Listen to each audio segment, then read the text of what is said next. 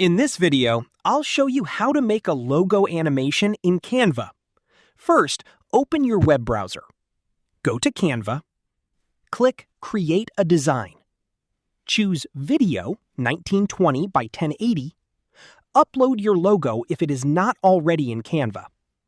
Drag the logo onto the canvas.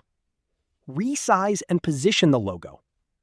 Click Animate from the top toolbar. Browse the available animation effects. Select the animation you like. Adjust the animation speed if the option is available. Preview your logo animation. When you're satisfied, click Share.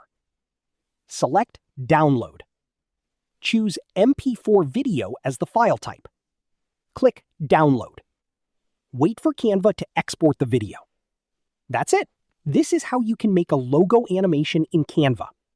If you found this video helpful, don't forget to like the video, subscribe to our channel, and press the bell icon for more tutorials.